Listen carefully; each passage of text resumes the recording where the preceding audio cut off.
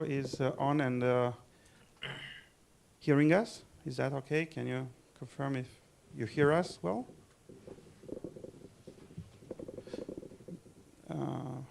Mr. Haka, do you hear us?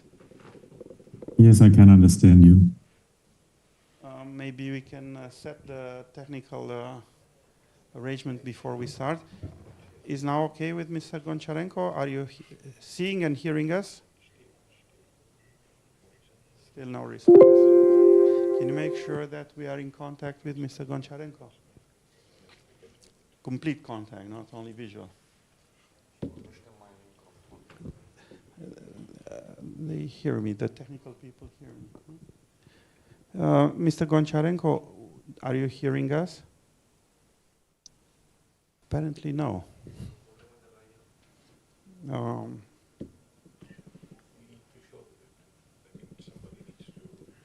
Can you put the camera on me so I can tell? Yeah. Mr. Goncharenko, we don't hear you. You hear us? Well, how can we? There is no other way to communicate at this time. Well, I will try to do that.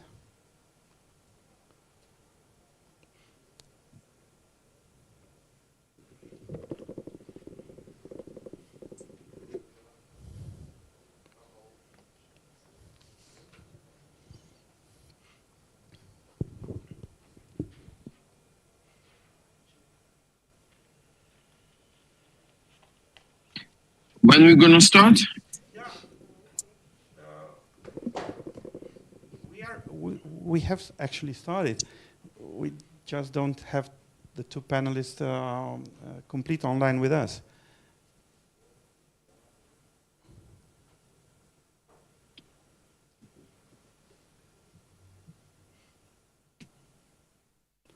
I sent a message to Mr. Goncharenko's assistant. Hopefully he will come. Yeah, I think he hears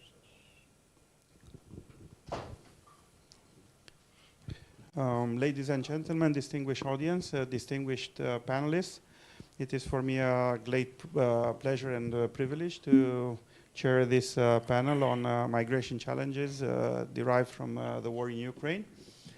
We have a very high-level panelists at this table today with us. I will start introducing Mr. Oleksiy Goncharenko, member of the Ukrainian Parliament, member of the Ukrainian delegation to the Parliamentary Assembly of the Council of Europe, and president of the PACE Committee on Migration, Refugees, and Internally Displaced Persons. Together with us is Mr. Raimar Wagner, director of the Friedrich Naumann Foundation for Freedom, Romanian office, and also representing the Friedrich Naumann Foundation Global Security Hub. Together with us is also Mr. Mircea Mocanu from the International Organization for Migration, head of the Romanian office. Online with us is Mr. Thomas Hacker, member of the German Bundestag, the Committee on the Affairs of the European Union, and Media Policy spokesman of FDP Parliamentary Group. From Romania, the distinguished Raed Arafat is present with us. He is State Secretary in the Ministry of Internal Affairs and head of the Emergency Situation Department. I take this opportunity to appreciate Mr. Arafat's effort to join us during the celebration of his birthday. So our panel has also a ceremonial touch with this. Many prosperous and good years, dear Raed. Last but not least, from Poland, we have with us Piotr Oliński, an expert at XVIc Development Forum and the author of several publications on economic freedom, social market economy, and Polish-German comparative law. With this brief introduction of the panelists, I will jump in the subject. We need to hurry somehow because Mr. Goncharenko's time is limited to stay with us online. Therefore, my introduction will be as short as possible. I would like to have also the map, which will give an overview at the regional level of the dimension of the migration from Ukraine. This distinguished conference has tackled the military aspect, the reconstruction aspect. I think now is the right time to discuss also the humanitarian aspect, because this is one of the major components of this logical strategy. And even when the war will be ended, I think this process will still have to be carried on. The brutal and illegal intervention of Russia in Ukraine generated a massive flow of population that took refuge from the war. Alongside with the humanitarian dimension, it came out the economic and social facets of the temporary integration needs and the prospects of returning back home. That required an international response, and the international response was primarily coming in the very first place from the neighboring countries. Just to have an idea of the impact, in more than 2 years, from 24th of February 2022, the war has resulted in massive displacements, extensive destruction, and profound human suffering. More than 14 million people, which is roughly 35% of the Ukrainian population, have been forced to flee from their homes, seeking refuge from both within Ukraine and beyond. This has resulted in separation of families, abandonment of homes, and loss of possession. This was a very complex process with a very dynamic evolution. And you can just have a look at the figures which are displayed now. It's 14.6 million. These are not the figures of today. They are at the month of February stage, but still gives us a very good representation of what we are talking about. Out of this 14.6, 2.2 people are in need in the neighboring countries which hosted the Ukrainian refugees. The number of countries which were engaged in this process was impressive. There are 10 countries which responded immediately to the need of the refugees. And I name here Romania, Republic of Moldova, Poland, Estonia, Latvia, Lithuania, Czechia, Slovakia, Bulgaria, and also to a certain extent Belarus. This gives the regional geographical widespread of the refugees from Ukraine, which had escaped from the war coming. The widespread destruction and the loss of life have resulted in the largest humanitarian emergency in Europe since the Second World War. That is also a very impressive number to consider. While entire cities and villages have been bombed and over 28 civilian casualties have been reported, including more than 10,000 killed. This need, as I said, has been addressed by the neighboring countries instantly, and also international organizations such as European Union and International Organization for Migration. Those host countries assure the immediate needs and open access to social services and socio-economical inclusion needs. Health assistance, language courses, interpretation support, vocational training, short-term education, and job placement addresses refugees' top needs. These were actually the strategic directions in the period of the last 2 years, and they were concentrating on three priority directions: life save and response to the need through humanitarian assistance and protection, housing facilities for the refugees, and open access to social services, and providing socio-economical inclusion schemes. Now we will have also to consider the time ahead. Even though there is a lot of uncertainty, we do not know the evolution of the war, but still, out of the population which was displaced, 4.5 million have already returned, which gives a very important dimension of those, even during the war times, decided to return back to their home, to their homes. So the time ahead strategic priorities should be set on safe and dignified return, sustainable reintegration, and socio-economical recovery. I think at this point the international community should be in total solidarity, should stay engaged and support and facilitate this process. We need a more efficient crisis response system and the data informational system.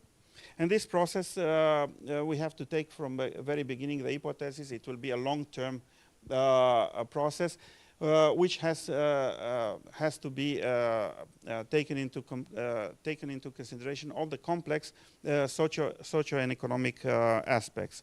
Prioritization and planification, I think, will be the key elements of assuring the return back home of those displaced. And I think the cooperation between international organizations, national organizations, and local ones are going to be the framework for the work. This is, in a short, a description of a very complex and terrible and sadly process. Maybe it is one of the sadly in this century, viewing the comparison with the Second World War, probably there are not enough answers to this, because this is a learning by doing somehow process which nobody actually experienced before. We have to adjust and adapt in real time. And I think this first discussion we host now here will probably pave the way for the ones to come, according to the evolution, the dynamic evolution of the process. With this being said, I would like to invite Mr. Goncharenko to intervene with offering us the Ukrainian perspective. We will have an European perspective, given by the Friedrich Naumann representative, the international perspective, even if it is at the regional level from the representative of International Organization for Migration, and then the response of the neighboring countries, Romania, Poland, and Germany, which also gives an overview approach. So if now Mr. Goncharenko is ready to intervene, it will be for us a privilege to have him. As he will not be having the whole time to stay, if any questions from the distinguished panelists are to be taken, we will take them spot right away after the presentation, and then we will give Mr. Goncharenko the opportunity to continue his work in the Parliamentary Assembly of the Council of Europe. Hello to everybody, and thank you very much for your invitation. And great possibility to be with you today. Unfortunately, I can't be with you in person, because now today was the meeting of is still continuing the meeting of the Standing Committee of the Parliamentary Assembly of the Council of Europe, where I represent Ukraine and also where I work as the president of Committee on Migration, Refugees and Displaced Persons. So exactly the same topic we are discussing now. So hello to you from the Seimas, the Parliament of Lithuania, from Vilnius.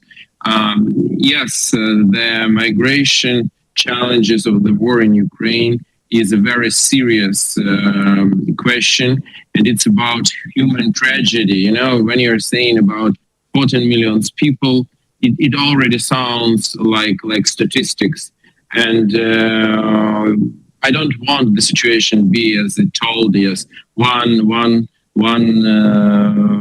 victim is a tragedy, 2 victims is a huge tragedy, 100 victims is statistics. I don't want this to be this case. I want everybody to realize what an awful human tragedy happened in the Eastern Europe with Russian aggression against Ukraine, when really 14 million people left their homes.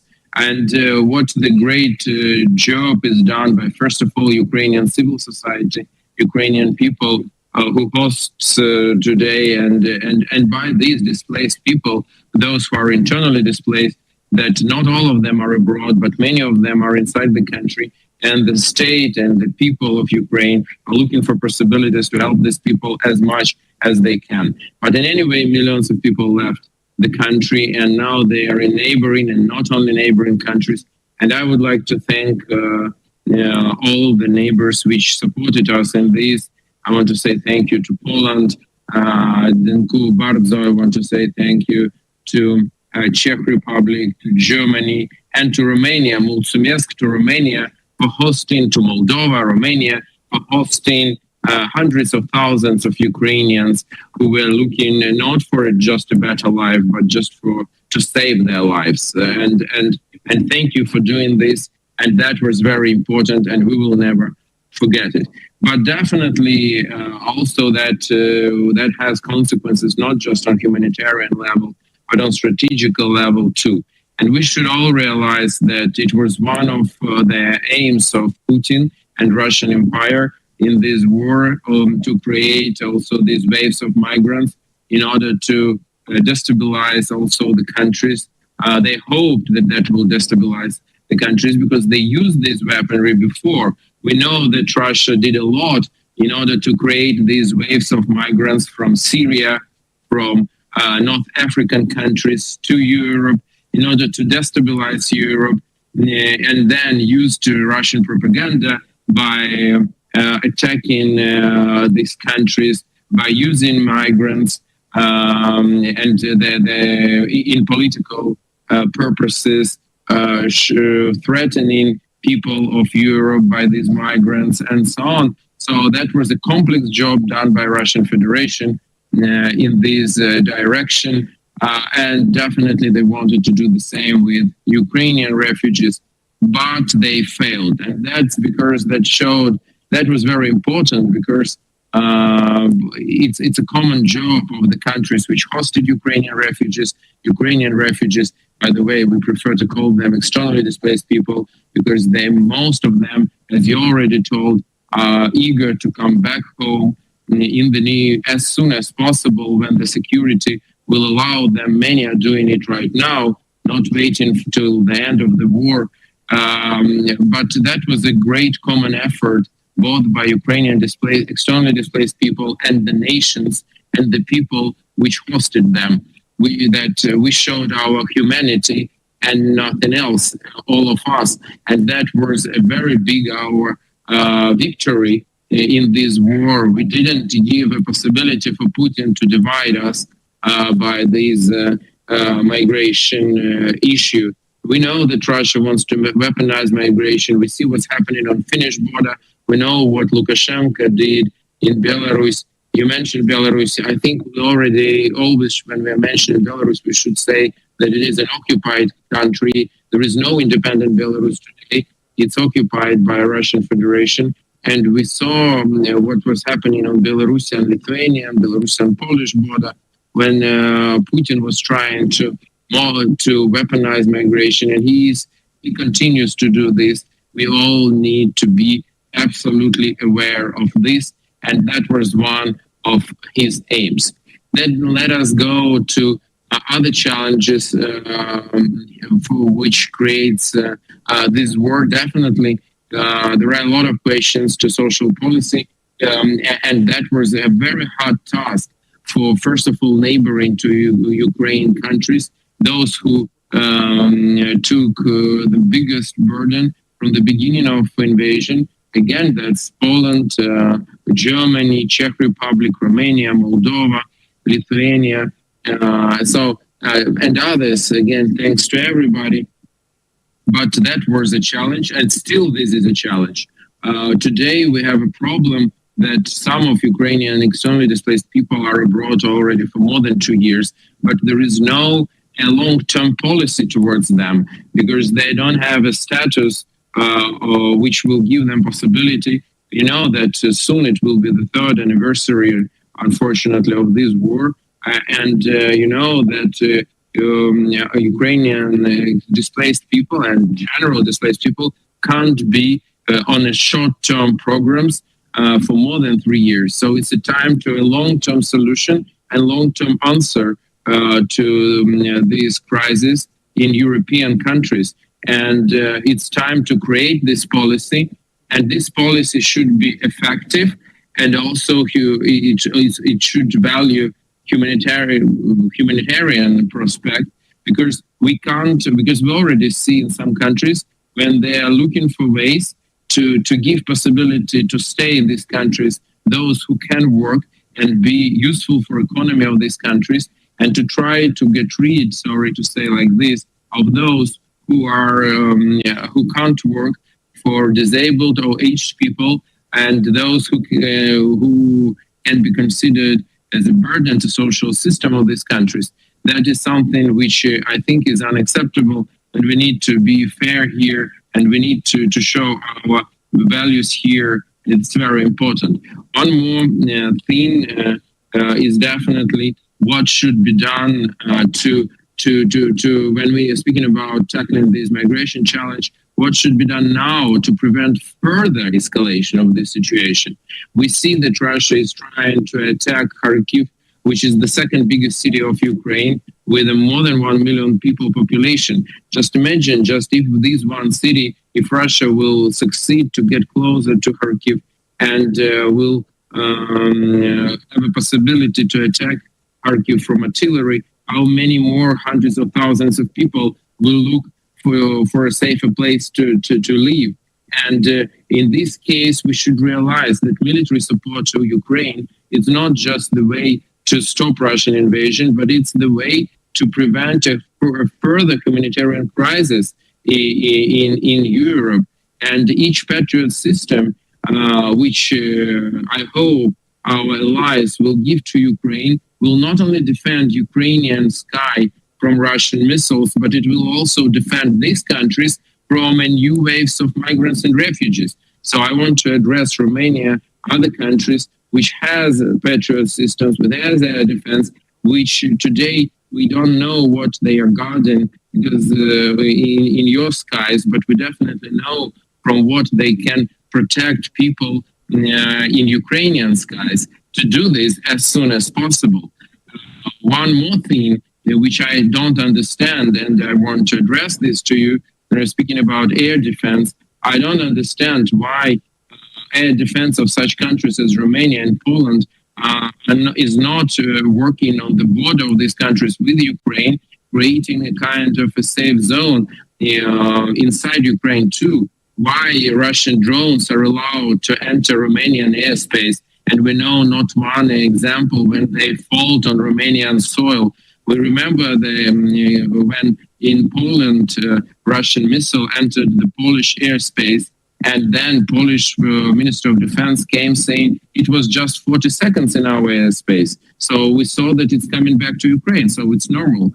I was shocked to hear such comment, and I can't understand why Poland, Romania allow for Russia to attack neighboring to them parts of Ukraine, and even to enter their airspace. When speaking about Romania on Danube, when Russia attacked Izmail, Reni, which are ports on Danube, it's just across the river from Romania. So that's something I think where we should show our strength, not a fear of so-called escalations and everything. You have all the right to protect your territory, but to do this, you need to protect also at least 100 kilometers inside Ukrainian territory from Russian missile and drone attacks. And that can be done, and that can help also in tackling migration crisis and possible increase of number of displaced people from Ukraine. One more thing is that there should be a complex strategy in Europe what to do with this crisis. Unfortunately, we don't see it. Starting from thinking about, because we know that, for example, there are Ukrainian the Ukrainian externally displaced people in Norway. And for Norway, that's quite a big money spent for every one of them because of high level of prices there. So it will be much cheaper for Norway to help these people to stay in Ukraine in order to help them to have a roof over their heads and to support them. It will be much cheaper and it will be much more effective and it will be better for everybody. We shouldn't forget about this too. So that should be a part of the complex strategy we're speaking about. Next, when we're speaking about people coming back, it's clear that unfortunately many of these people that don't have where to come back, those who lived in Mariupol, which was 500,000 population city, now almost completely destroyed, and other towns in eastern Ukraine, first of all, they just don't have where to come back. And the reason why they are still in the countries which hosted them is just simple, because they don't have where to come back physically. And they are ready to do this, even taking into account security risks. But they need this support from European countries, and I think it should be thought about. And there should be packages of support for those Ukrainians who are ready to come back, in order to give them possibility to stand on their legs for the first time at the beginning. And that's something which can also help. And definitely there is a huge challenge of migration challenge for Ukraine itself. We are heavily depopulated now, and that is one of aims of Putin. He can't take Ukraine how he wanted, so now he tries to make from Ukraine a big Afghanistan and a big Aleppo city, what Soviet Union did with Afghanistan, or what Russia helped to do to Bashar Assad with Aleppo, just to destroy everything, to depopulate territory. And that is a very dangerous strategy. We should be absolutely aware of this, and definitely Ukraine in future to be, as a member of European Union, and I'm sure a member of NATO, to be a strong ally and a strong and prosperous neighbor for countries like Romania, Poland, Czech Republic, and all our neighbors, and in general, European Union. We need to tackle this challenge, because for us, that is very difficult situation today when we are losing people every day, not just once, but 4 times. We're losing people on the front lines, we're losing people in rear, killed by Russian missiles and drones. We are losing people who are living near the country, and with every day of the war, less of them will come back. And also demography, because like for your understanding, in 1990, 1 million babies were born in Ukraine. Last year, 187,000 babies were born. So which is a huge, huge challenge for Ukraine and huge problem. So all of these are challenges created by this Russian war of aggression. And migration is an important part of it. And I hope that together we can give an answer on this challenge. Thank you very much again. And I will be happy to take your questions if you have. And once again, thanks for all support to Ukrainians who are in your countries now. Please don't forget it. I know that when the war continues for more than 2 years, it is not already so acute, these feelings and understanding of the awful tragedies which these people are coming through. But just believe me, every day, Ukrainians are under these Russian attacks, and every day these human tragedies continue. So please stand with Ukraine and with Ukrainians. No difference where they are, in Ukraine or out of Ukraine. This is our common fight. Thank you very much. Hi, thank you very much, Mr. Goncharenko. I think our discussion and our presence here shows solidarity and commitment to stand further with Ukraine. I would first want to ask our distinguished panelists if any of them has any question to Mr. Goncharenko so far after listening to this presentation. Is it anything you would like to raise as question? I see no question from the panelists, therefore I will try to suggest not a question but maybe a reflection on the spot listening to you. You have mentioned the case of Mariupol, which indeed is, it may be one of the cities which we can take for example, as a showcase more. There is a clear situation with the destroyed houses, which will prevail the people to return, even if they would like to do so. How do you suggest to address this issue in order to facilitate a faster returning back home of those people, viewing that reconstruction and rebuilding those houses may take much longer than the willingness to return? Obviously, it is not a question to the Ukrainian government. It is a question to the whole international cooperation and institutions which are engaged in Ukraine. How can we solve? What will be the solution you envisage at this stage for a case like Mariupol and some others, which are already available? But I think Mariupol is a very good example to start with. Yeah, thank you. First of all, there is a way to work with this through Ukrainian government by financial support to Ukraine to help these people. Today, Ukraine has effective programs of helping to those who lost their houses, or which houses, apartments were damaged because of Russian attacks, but just on controlled territory, because we also have a lot of destroyed buildings and houses on controlled territory. But we don't have it on the occupied territory, with one main reason, because we don't have budget possibility to help these people. So first, it can be tackled by just financial support to Ukraine to deal with it. It can be done by European agencies or national agencies of European countries themselves, who will be more than happy to cooperate in this. Secondly, which is also, I think, one of ideas which can be made, and which I proposed already, and for example, Germany Germany or Poland or Romania, no difference, can build a special new towns in the territory of Ukraine closer to the border with the European Union, protected by these, what I told you, safe area, which can be where air defense from European countries can protect the territory of Ukraine itself. What I told you already in my speech, I think this is extremely important. In general, what I think that the future, the end of this war, will be probably through sending troops to Ukraine, not to fight alongside with Ukrainians, but to help us in auxiliary missions. And part of this is to protect our skies on the borders, which will create quite a big territories protected by European air defense and NATO air defense systems.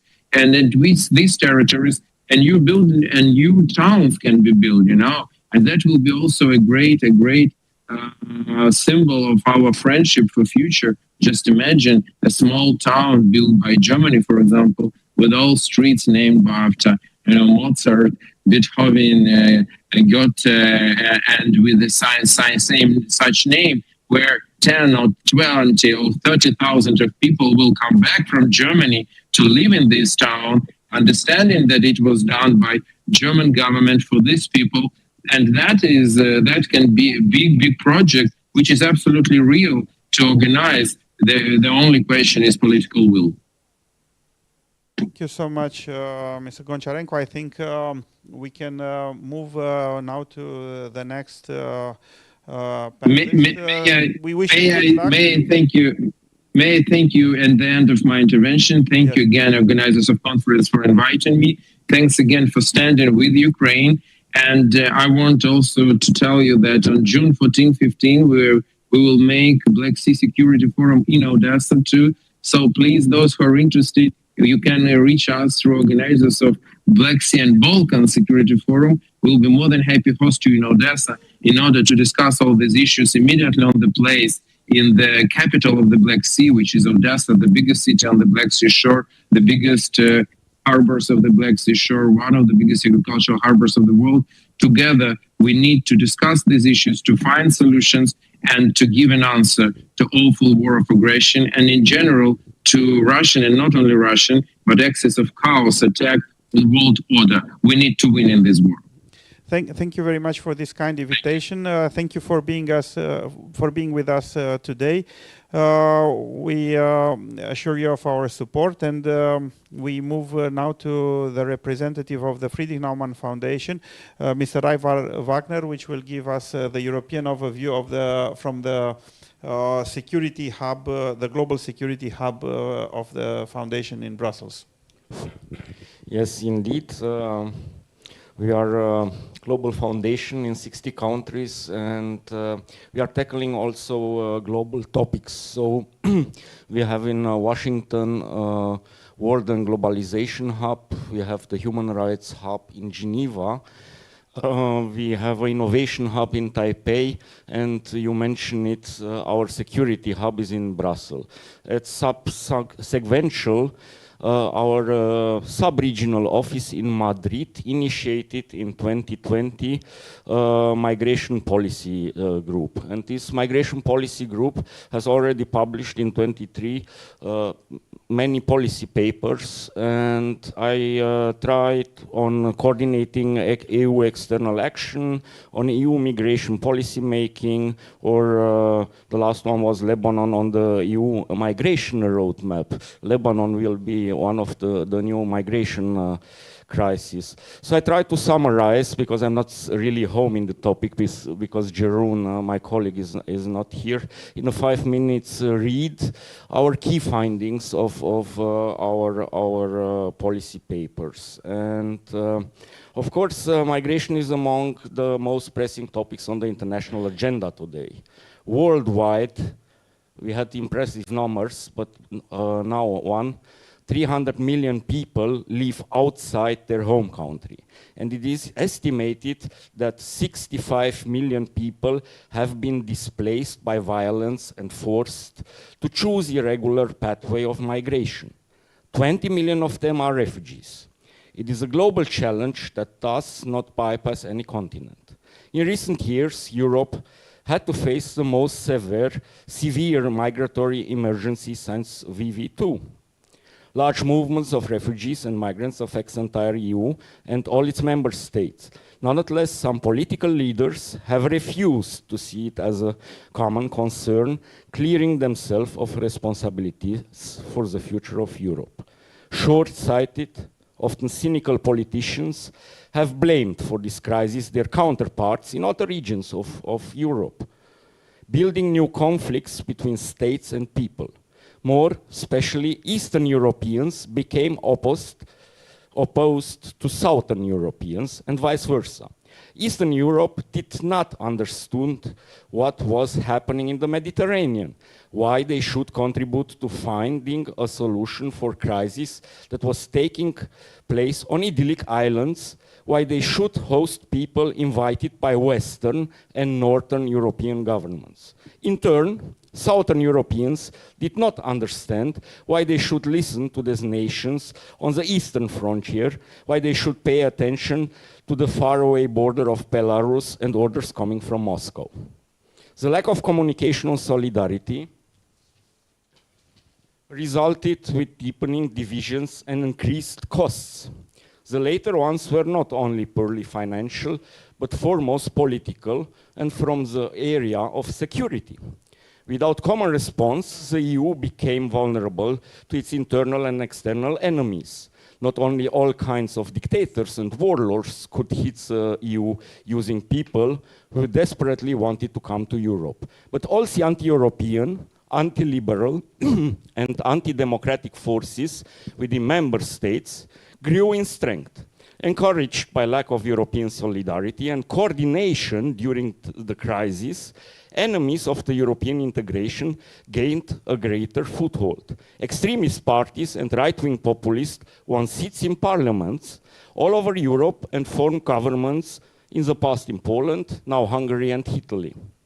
Consequences of this success have been severe for the EU, its stability and development. In fact, when they are badly coordinated, the EU's increasingly external actions can also prove to be a weakness. A clear example of this phenomenon has been the Turkish and Belarusian governments' attempts to instrumentalize migrants to pressure the EU in foreign and development policy matters. This is presenting a challenge for the EU, which has to be answered by revising its own policies and strategies in order to sufficiently respond to this reality. Integrated partnership with third countries are the way forward. Our foundation is advocating the case that tailor-made and mutually beneficial partnership with third countries are key to achieving coherent and effective external action. With these partnerships, the EU can provide a framework for better coordination of policies with third countries and create a win-win situation for both partners, based on human rights, rule of law, and our common values. According to our liberal policymakers and researchers, the strengthening of legal pathways and cooperation with these third countries are key elements for migration management in the European Union. The run-up, the European elections in this year proved that not only Western countries put migration issues at the center of the debate with a special focus on the Mediterranean region, where the mainland entry points to Europe concentrated. The US started the year with a particular focus on migration issues, an interest reflected in an agenda focused on advancing the commitments expressed through plans and programs and in the long-awaited finalization of the Pact on Migration and Asylum. Questioned about the mechanism that it will be essential to activate in the field of migration, the German liberal European parliamentarian Jan Christoph Oetjen stressed that the most pressing issues concerning migration is certainly the rising number of arrivals to Europe. It is essential to move towards the establishment of a European solidarity mechanism for the distribution of migrants arriving in Europe. Without such a mechanism, there is no way forward on the new Pact for Migration and Asylum, because it is the key to a harmonized European asylum system. In this vein, he waves a critique of the current EU solidarity mechanism, which he considers ineffective and insufficient. Pledges from member states for taking asylum seekers from the country of first arrival often fail to be met because organizing such transfers is too bureaucratic, and the member states are hesitant to take in more migrants. On top of that, reception facilities of member states are under a lot of pressure due to the high number of refugees from the war in Ukraine. This is why we need a real legal framework for solidarity instead of pledges and voluntary admittance. The position expressed by Oetjen is in line with the presented by the Spanish researcher Xavier Aragal, who states that the management of the entry of the people in the EU is still the main problem. We are still far from regulating entry in an efficient and coherent way in the EU. The reasons for such an ineffective management seem to be linked to the difficulty of managing migratory flows. The main issue here is to properly target the two types of migratory movements, namely irregular entry through the Mediterranean on the one hand, and the processing of asylum application on the other hand. In both cases, there are conflicts of interest between the southern EU countries, Spain, Italy, Greece, Malta, and Cyprus, and the northern and central European countries, Scandinavian countries, the Netherlands, and Austria, explains Aragal. The Moroccan researcher Amal El Ouassif recalls that the migration agenda should also consider the effects of climate change on migratory flows. El Ouassif highlights that this is definitely a type of mobility that deserves more attention from researchers and decision makers and should be hence included in the debate. in the sense that the very nature and properties of this type of migration are still understudied and can be hence neglected by the European Union. He also, according to him, there are relevant actions that will allow the strengthening of the migratory dialogue between both shores of the Mediterranean. A better dialogue among partner countries is also a key element ahead of the adoption of the new pact. Finally, better and more equal access to legal mobility is another key element in the sense that the pandemic has already undermined mobility and legal migration. This is the most relevant tool to limit irregular migration. The Russian war shapes the international agenda, but we still need to focus on the migration issue as an important security issue for all EU member states.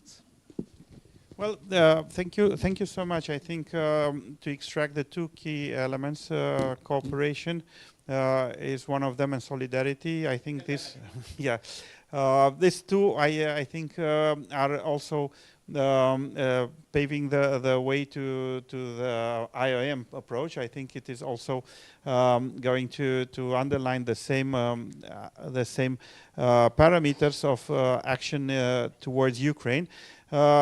I understood, and I think the EU response was not as fast as needed, but IOM, I think, was moving quicker and better. On the same time, before giving the floor to the distinguished Mircea Mocanu, the head of the IOM office in Romania, I want to advise you that we have been granted with an extension of time for our panel, because there is no other panel going to take part later. So we can still give the respective time to each of the panelists. So, Mr. Mocanu, please take the floor. So we have an hour to talk about migration. An hour and a half will be okay. That won't be enough, I tell you. With so many things happening on migration these days, I think we'll be here for the next week. But thank you so much for giving us the opportunity to talk about this important issue. Talk about the Ukraine response across the region. And you mentioned that perhaps EU was not as fast as some people expected. Well, let's remember that EU is made of member states, and I think the member states were particularly ready and fast, and I think Romania is a clear example of that. What we saw in Romania, and I think this was acknowledged by the EU and by all of the donors and all the UN agencies across the world, is that Romania was an example on how you respond to a crisis. And let's remember that 5.5 million people transited Romania at one point or another. And Romania has found the resources, the capacity to respond in an exemplary manner. And that was, and that is something that was also acknowledged by our colleague from Ukraine.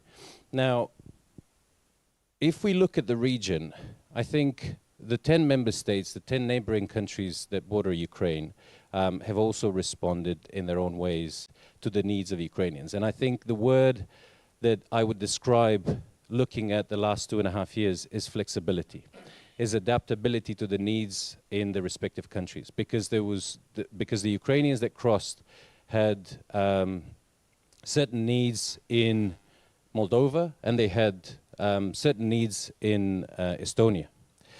And in Romania, for example, the access to shelter, access to health services, and language, for example, was a primary need in those days. And IOM and other UN agencies came to support the governments, the respective governments in the respective countries that received Ukrainians.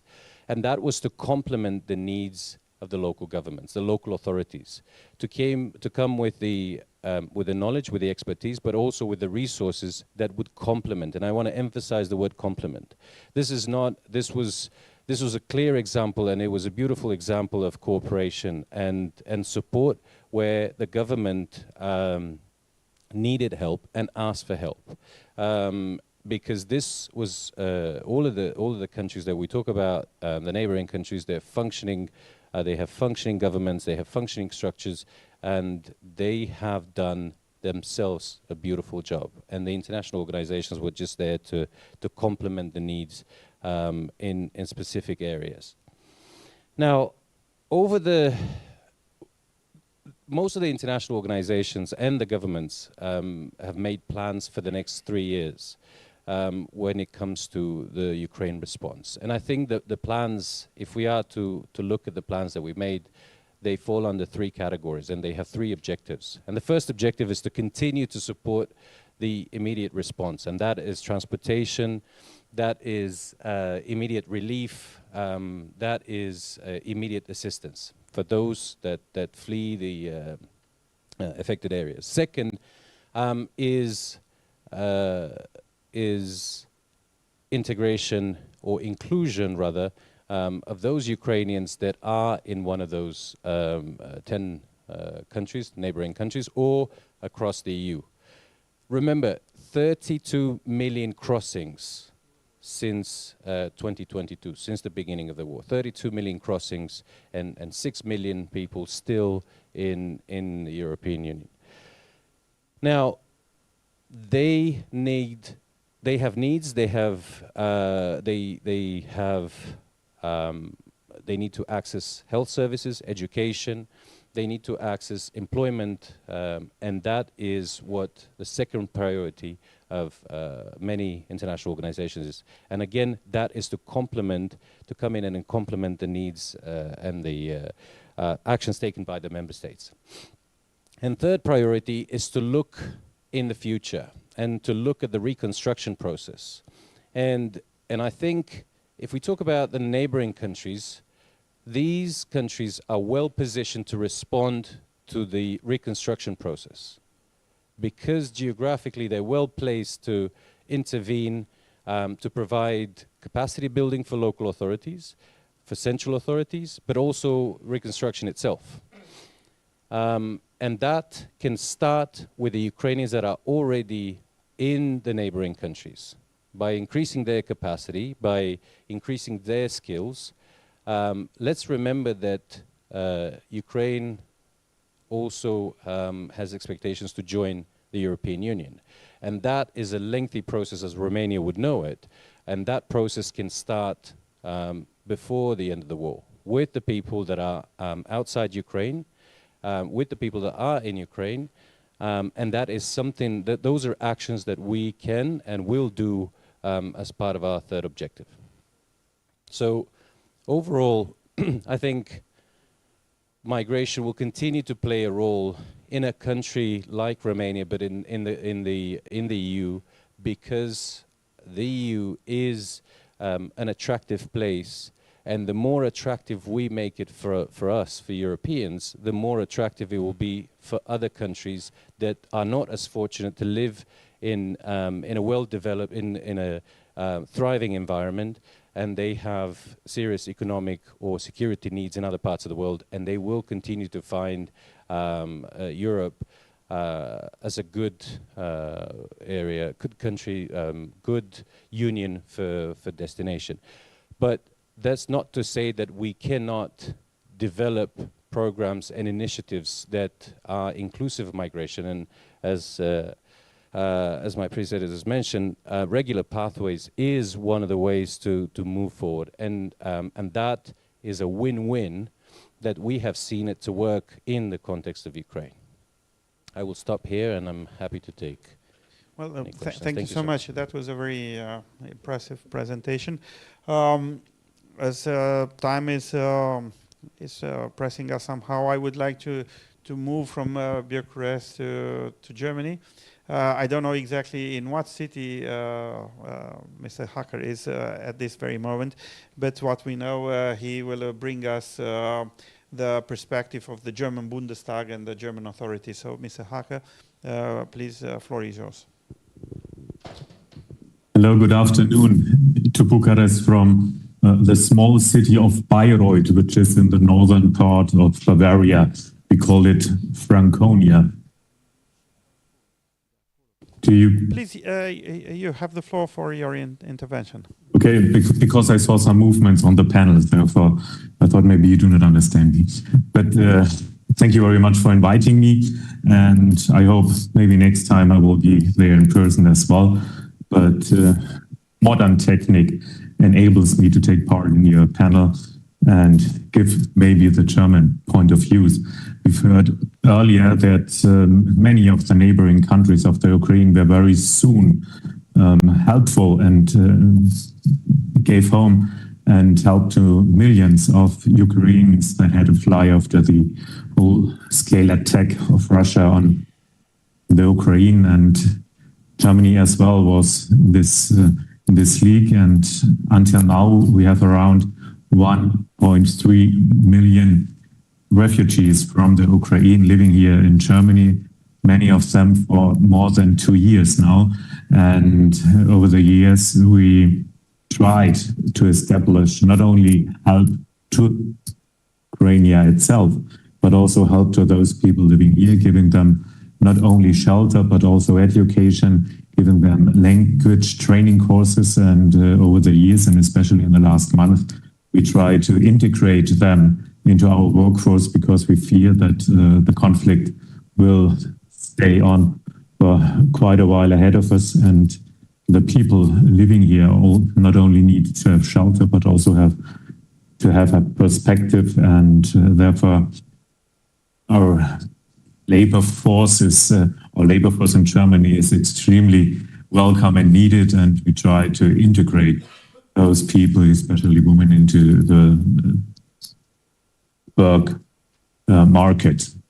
The other topic we had earlier is migration coming into the European Union. And I think we have to divide very well between those 2 points, because we are very happy that the European Union could agree on certain rules of gathering the outside borders of the European Union and showing solidarity, even not only to people coming into Europe, but also solidarity between these different states. Because Germany sometimes feels, because of the worth in our social security systems, that for many, many people coming into the European Union, Germany is one of the main goals they want to go. And therefore, working together within the European Union is very important. Almost 10 years ago, we had the so-called migration crisis, and this showed how a society can change when some topics are not discussed in the right manner, but used for maybe populist parties or parties from the extreme right to disconnect our society. The actual situation, together with the Ukraine, we also would like to see at least the bigger European states as partners on solidarity, showing to the people of Ukraine. I already mentioned that we have 1.3 million refugees from the Ukraine, and at the same time we see in Italy only 160, and in France 60,000 refugees from the Ukraine. I think also in this regard, the European Union should work together more closely. We actually work on further funding for the help for the Ukraine in our own budget. We have a little less than 7 billion euros reserved in this year's budget, and at the moment the finance minister and the defense minister discuss how we can add on help for the Ukraine, which is urgently needed. And on June, the 11th of June, we are going to host donors conference for restructuring, for recovery of the Ukraine. And I think in this place, it's also good to discuss the suggestion of our colleague from the Ukraine, to maybe establish new cities at the Ukraine-Polish border. But I think establishing new cities is not the only reason for people returning to the Ukraine. They also need places to work and places to live in a safe environment. And we all have to work on this. And Germany will continue its help for the Ukraine and for the people from the Ukraine living here in Germany. Thank you very much. Thank you very much, Mr. Hacker. I think we all appreciate the role Germany is playing. And as you also mentioned, there is a lot to do with the support of Germany.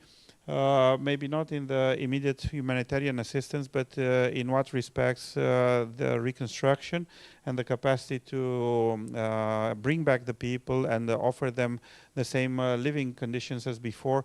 I think the role of Germany may be crucial as being maybe the first major state in the vicinity of this area. Now, from this perspective of the international organizations or of the German state, we need to come to the technicality, the practical things. The only one at this panel which really was in the center of the things, and it was really doing action and not talking, is Mr. Arafat, who is the head of the emergency situation. He is the one which really gave the immediate response. Now you can see we are discussing, we are planning, we are acting by the rules, but Mr. Arafat is acting on spot when someone is in need. Therefore, I think his experience is crucial for understanding what really happened on the ground in technical or practical terms. And I think this experience, on this experience, we can build our strategies for response or for any other interventions that may occur. Thank you very much, and I'm happy being here together with you today to talk about this issue.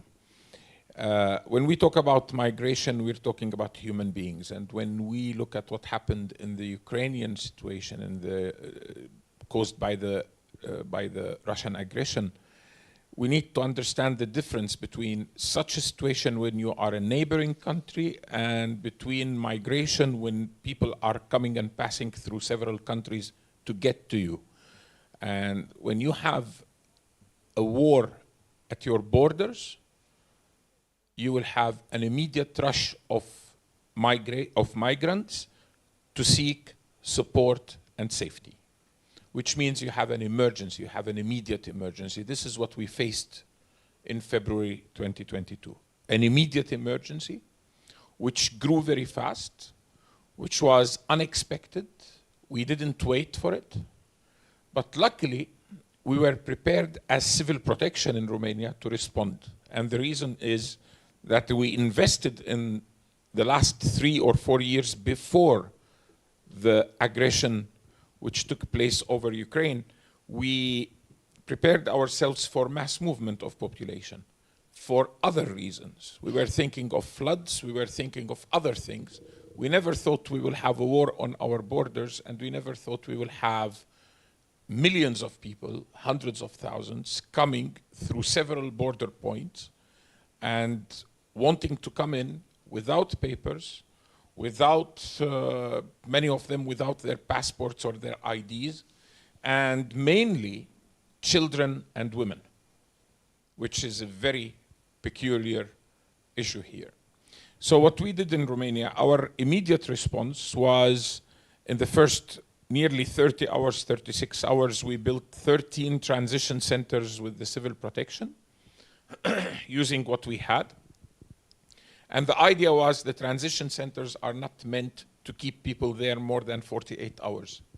But what we had to do is to pass people through the borders, even without documentation, and then taking them to the transition center to work with our migration officers, the papers, and so on, until also the EU changed the regulations and extended the stay period and so on. So this was a continuous work to try to make things more comfortable for those who were coming, instead of having them waiting in the thousands in the dangerous area or in the area of danger for them without much support.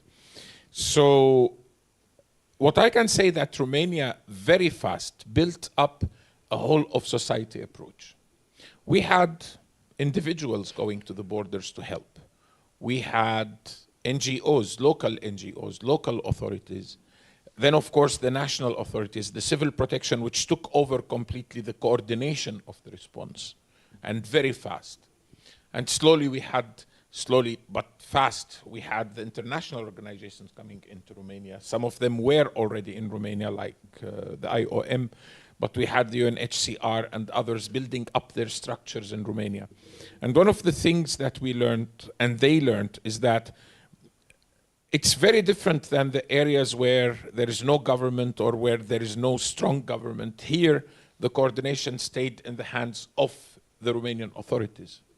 But we worked together. We listened to them, we listened to their advice, and we worked in an integrated manner. And this is what I would say a whole of society approach in an integrated manner. And we divided the work at two levels. Emergency response, which was mainly the issue of, or the task of the Department for Emergency Situations, and integration and medium and long-term issues, which was dealt with by the Chancellery of the Prime Minister. We had to change legislation. We had to adapt it. To get access to the Ukrainian refugees to the health sector, we needed to do some adaptation of the legislation. In order to support them financially while they are staying, we needed to do some work on the legislation. We needed to work with the UNHCR and with the Red Cross on the cash payment and to coordinate with them what will they be doing, what we will be doing as a government. And this was not sufficient because we needed to adapt the legislation several times in the last 2 years. So we had to change the legislation and to adapt it to medium and long-term sustainment and support rather than to the emergency support which was initially dealt with. And then, of course, we had to prevent certain issues. And this is where the integrated work with other agencies of the Ministry of Interior was very important, like preventing person trafficking, human trafficking. That was extremely important. Working with all the agencies together to be sure that women, children are protected. We had children coming in without tutors with them. So here the government agencies took over the children and managed to have them lodged and have accommodation and so on because they didn't have their direct tutors when they came into Romania. And then we had other issues like working with the disabled. And one of the major issues we faced for a moment, or not a major issue, but which is new, is the migration with pets and animals. You may find this very, very strange, but yes, we had to support this, and we had to have support for the people coming with their dogs, cats, birds, and so on. Because we couldn't ask them to leave them. They already passed with them into the borders. So we had to support this. And there were NGOs which were supporting the migrants to deal with this, which is not usual. It doesn't happen usually. And usually this is not a priority, but here we had to take care also of these issues. And of course, the issue of lodging after passing the transition center.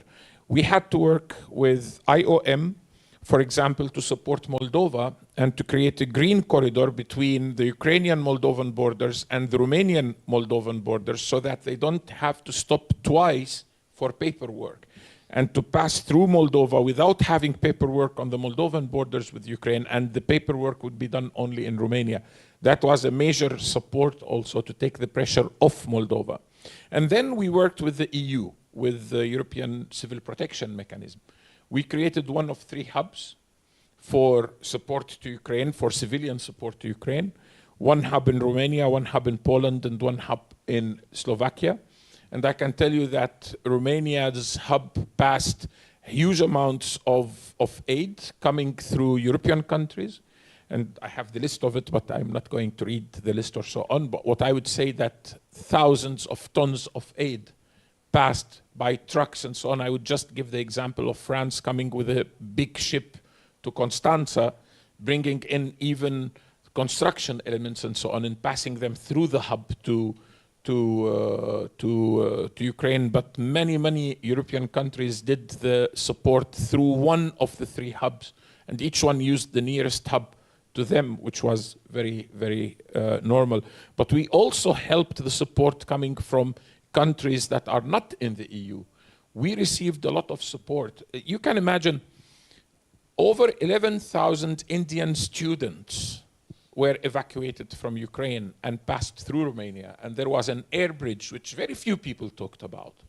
An air bridge with the Indian authorities and the Indian military to take the 11,000 students. You can imagine the amount of airplanes that had to come and leave and to send them back home where they wanted to go.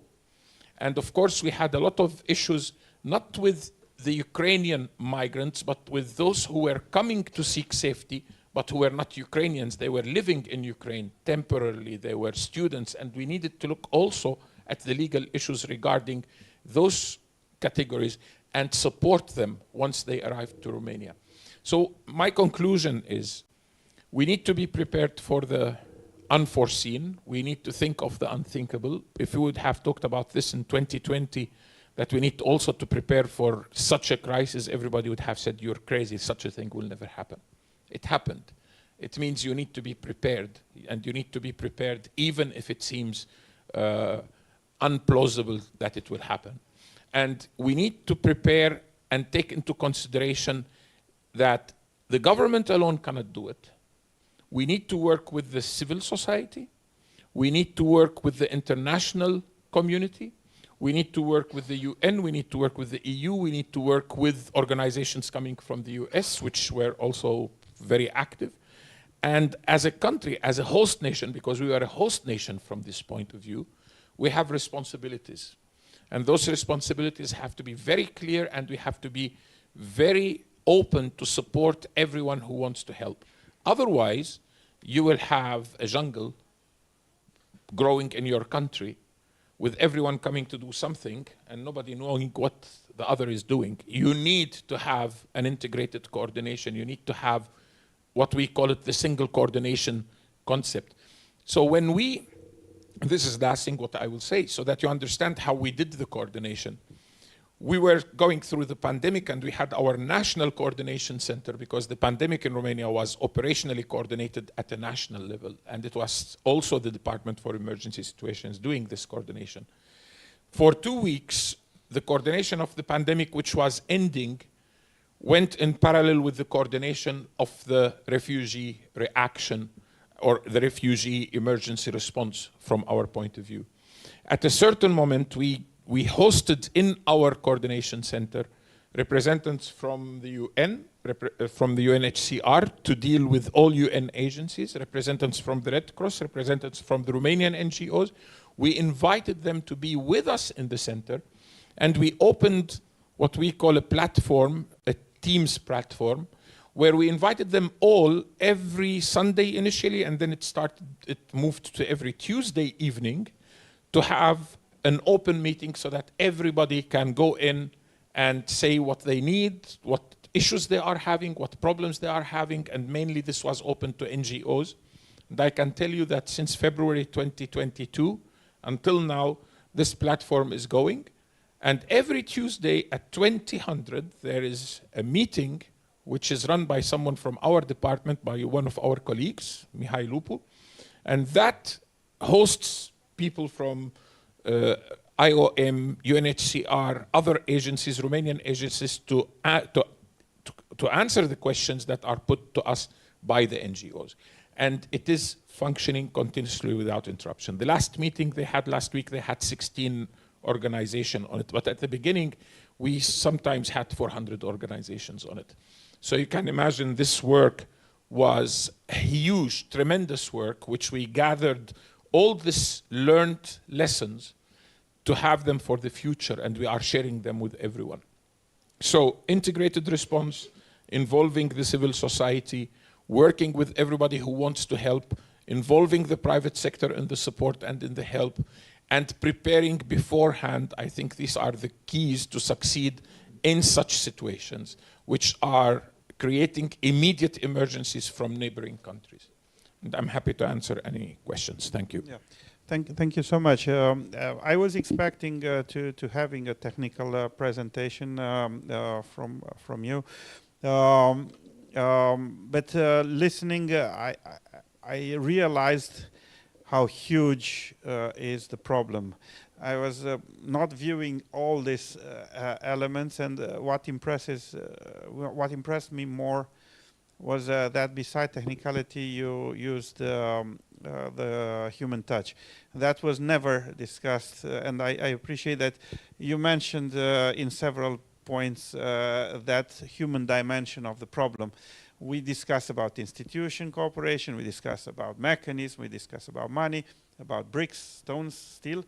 But I think your point will be taken further in our next discussions, which is in the center, the human touch. Thank you so much. I think one of the things we need to underline is the translation and communication. Yes. And this is where IOM also came in huge support to us by hiring translators. We had volunteer translators for a period. Ukrainian students studying in Romania and coming to help, but you couldn't keep them forever without remunerating them. So this is where IOM came and supported. We invited and we trained paramedics from Ukraine, civilian paramedics from the emergency services and so on. And this is where we got again support from IOM to translate during about 3 months of training and so on. So I think that these are issues which are valuable to look at them and to use them. Learn lessons. Thank you. Okay, thank you so much. I think Romanian experience will be a very good, and I think also IOM will take some of this experience at an international level. Now let's move from Romania to Poland. We will be very much welcoming to hear what was the Polish response to this migrant crisis from Ukraine. Could we launch my presentation? I will have a short presentation. I promise to keep it brief since I know the time is rushing a little bit, but it shouldn't exceed 10 minutes. Okay, so can we move to the next slide? The first thing we have to say that the situation is in Poland very unusual if you look not only at the last years but at the whole Polish history. The topic of migration came up in Polish history always in the context of Poles migrating to the West, which started from the 19th century and the loss of independence. And 2018 was the first time in Polish history where Poland had a positive net migration rate. So for the first time, more people came into Poland than came out of Poland and migrated mostly to Western countries. So the whole set of institutions and legal solutions and problems is completely new and unique in Polish history.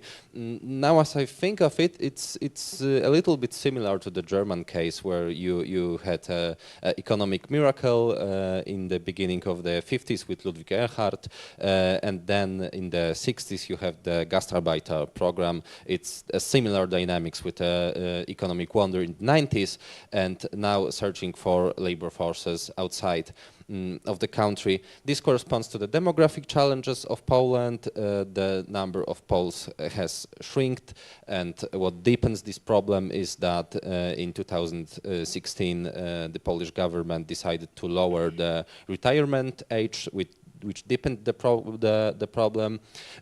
Also, what is characteristic is that the set of institutions is a little bit out of date because they were created in the early 2000s, where there was, for example, a big problem with high unemployment rates. It's completely not the problem nowadays, exactly the opposite. There are rather labor workforce shortages than unemployment problems.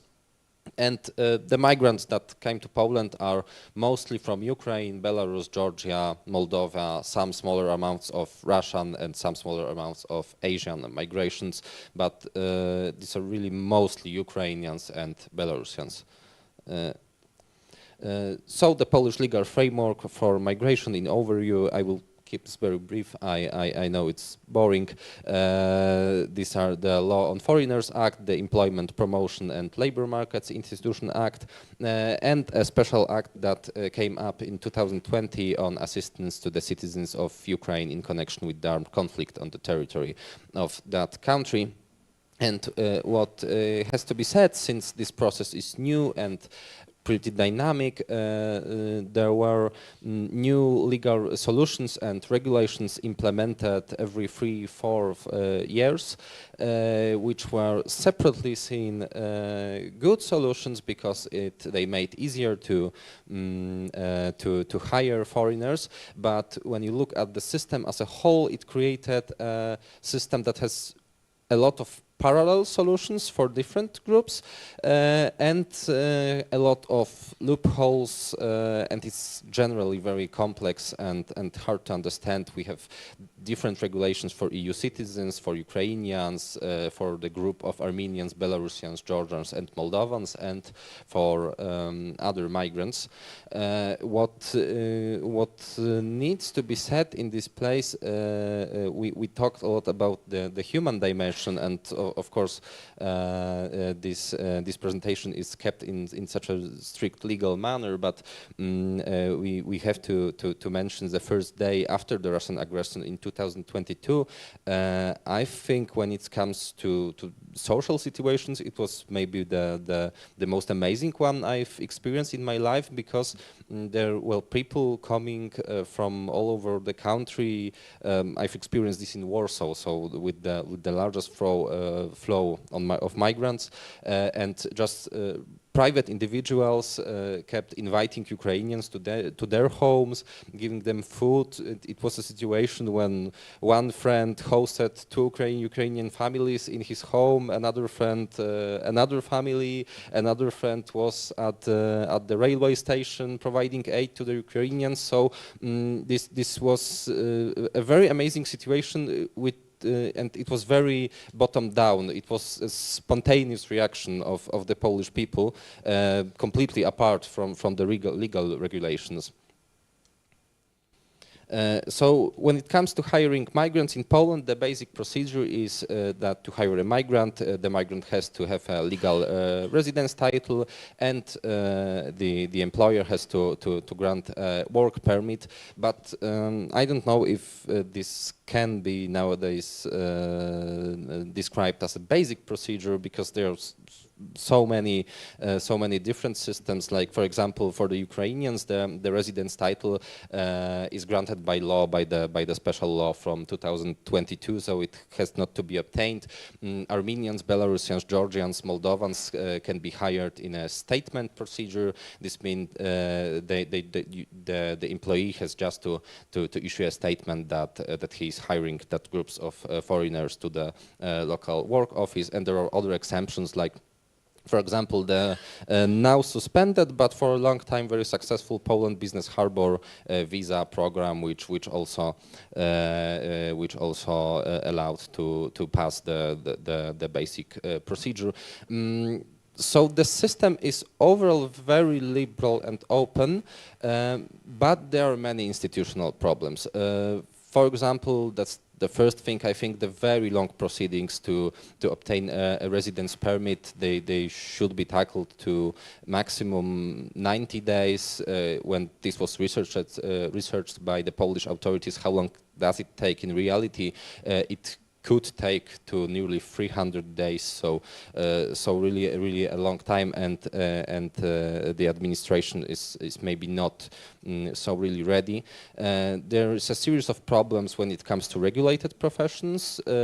All studies that were conducted on this topic show that the vast majority of Ukrainians is much more qualified than the jobs they're really doing. Up to 60, 70, 80% of Ukrainian migrants report they could be doing more complex, more ambitious jobs. very often the law does not even foresee to hire a foreigner outside of the European Union. Ukrainians cannot become firefighters, they can become teachers, but not at the more paid position where the Polish citizenship is required.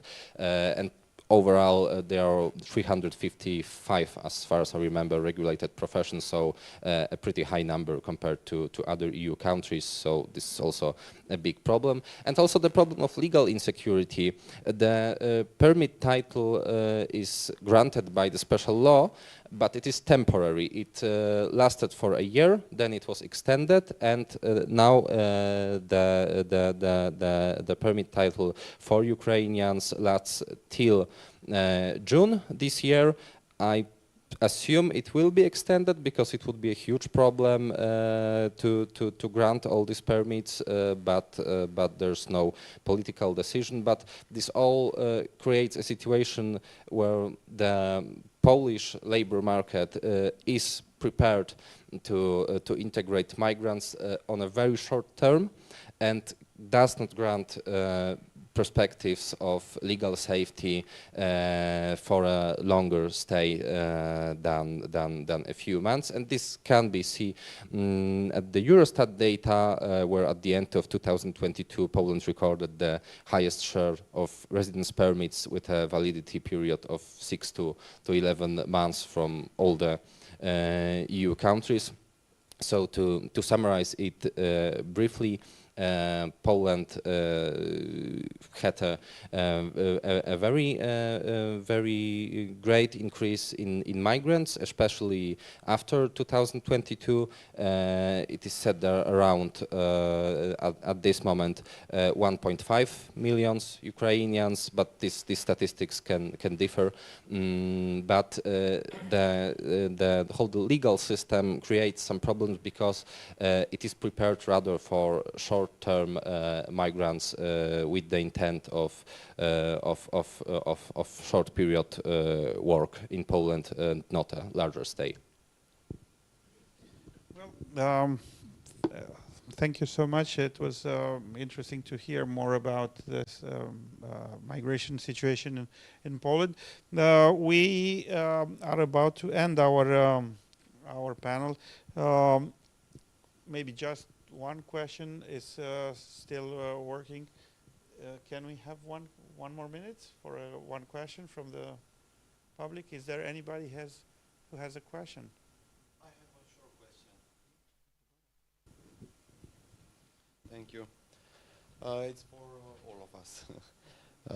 How do you envision effective international cooperation to ensure the proper repatriation of refugees?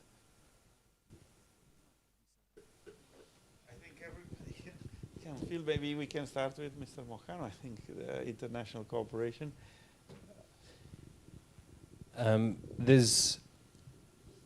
In order for this to happen, and it will happen, and I'm sure it will happen at some point, but in order for this to happen, there's certain regulations in place and there's certain practices in place, and that requires cooperation of various institutions from both countries of origin and country of destination. This is not a topic of discussion at the moment, but is being asked by various entities. I think when it is safe to do so, the international community will make a decision and it will move forward on this. But we have to make sure that the community of destination and where they return is safe, and they will be safe in their own homes. And that may take months or may take years. I want to say it the following way. First, those who want to be repatriated will do it on their own in this moment. I think if they want to go back to Ukraine, they do it. And if at a certain moment they want to go back to Ukraine, they will do it. The longer this situation lasts, the less possible it will be to move people back if they don't want to go. They are creating their lives now. Their children are going to schools. They're having jobs. And the longer the situation in Ukraine goes, I think it will be harder to request someone to go back unless they want to do it. So we need to think of this issue. Of course, for Ukraine, the very important thing is to get its people back. But at the same time, it will be very hard to think that we will be just putting them in buses and sending them. This will not happen like this, even if it is safe in Ukraine. There needs to be an open mind on what will happen later. And I think, again, I will repeat it, the longer this war goes on, the longer this aggression goes on, the more stable will they become in the countries they are refugees in now, and the more integrated they will be. And this is something which needs to be taken into consideration, I think. Thank you. Thank you. Thank you very much. I think it's the time to end this panel at this point. The international cooperation is something which will be at the ground of this whole process. It is very good that you have pointed out that we need to consider the willingness of people to return. This international answer will not only be on the shoulders of the neighboring countries. I think it should be a European Union strategy. We had some similar cases before. We know it's difficult to gather together the interests of the EU member states, but still, I think in this very case, we need to having a European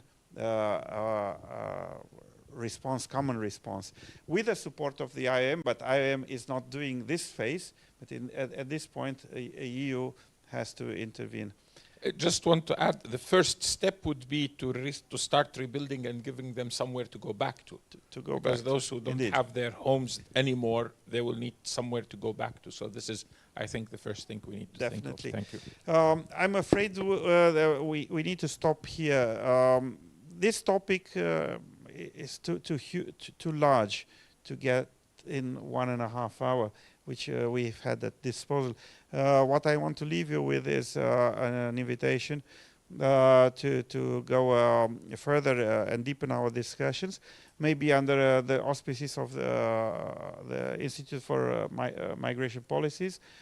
Some other time we will have to consider some of the arguments which were raised here. I want to thank the panelists for their time, for their engagement, and for their contribution.